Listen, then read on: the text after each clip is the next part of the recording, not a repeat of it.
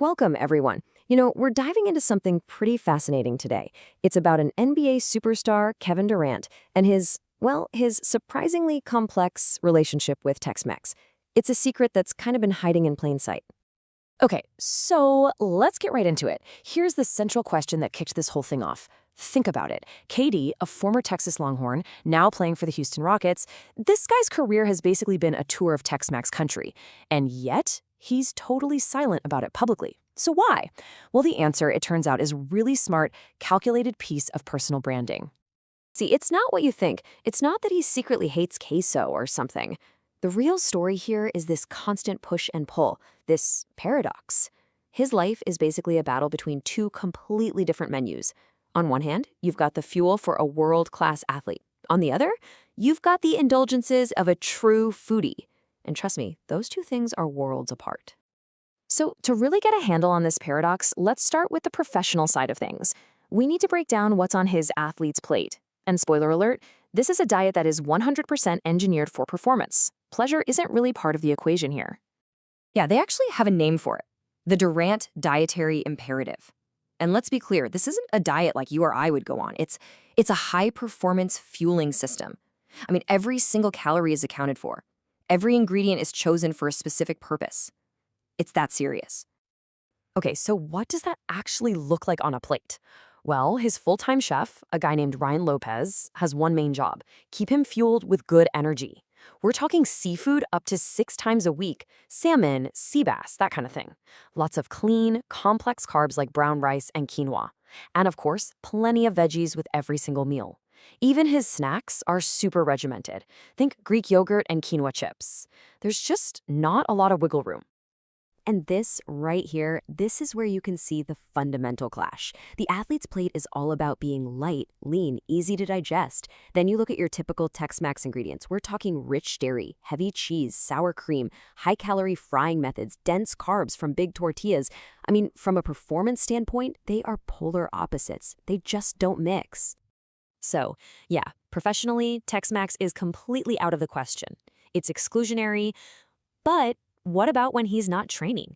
What about for personal indulgence? Well, that's where the story takes a turn. In that category, Tex-Mex is absolutely inclusionary. It's all about pure pleasure. Okay, but that's only half the story, right? That's the athlete. Now let's flip the coin and look at the other side. KD the foodie. So what does he really like to eat when the game is over and nobody's watching? And you don't have to take my word for it. His own chef, Ryan Lopez, confirms it. He says, and I'm quoting here, he's very much a foodie. This really drives home the point that the strict diet, it's a professional calculation. It's not a reflection of what he actually enjoys. So that begs the question, right? If your daily diet is all lean fish and quinoa, what do you consider a stupid experience you should try once? What does a world-class athlete choose for that maximum satisfaction, no-holds-barred cheat meal? Well, we have the answer, and it's straight from the man himself. Check this out.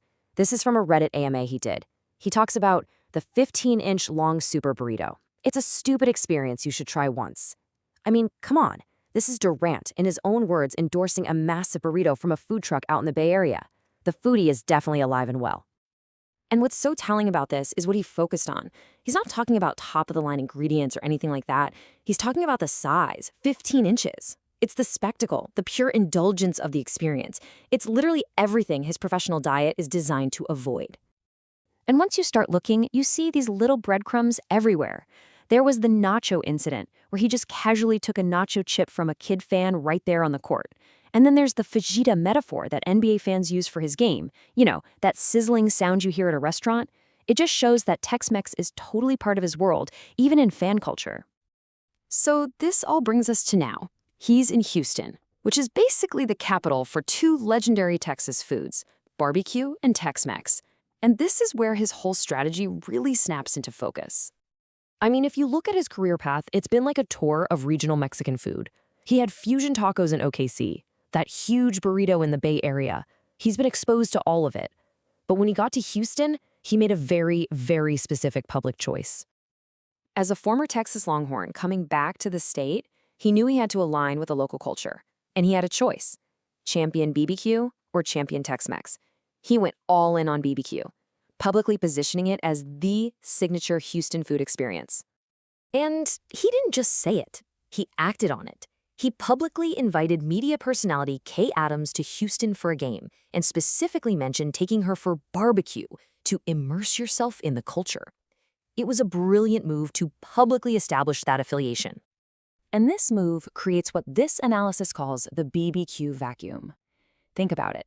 By publicly claiming BBQ as his Texas food of choice, he's left the equally huge, equally powerful Tex Mex category just sitting there.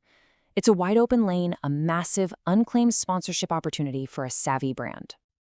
So, this analysis basically ends with a clear playbook for any Tex Mex brand paying attention.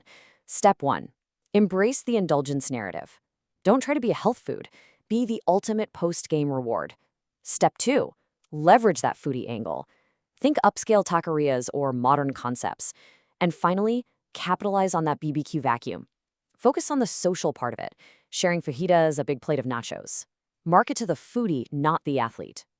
So, let's wrap this all up. Kevin Durant's opinion on Tex-Mex, it's strongly positive. But, and this is the key, it's only through the lens of indulgence and satisfaction. It's not fuel, it's a reward. It's a calculated choice. And this all leaves us with one final big question, right? Which Tex-Mex brand is going to be the first to jump on this untapped opportunity and become Katie's official cheat meal? The lane is wide open. It'll be fascinating to see who makes the move.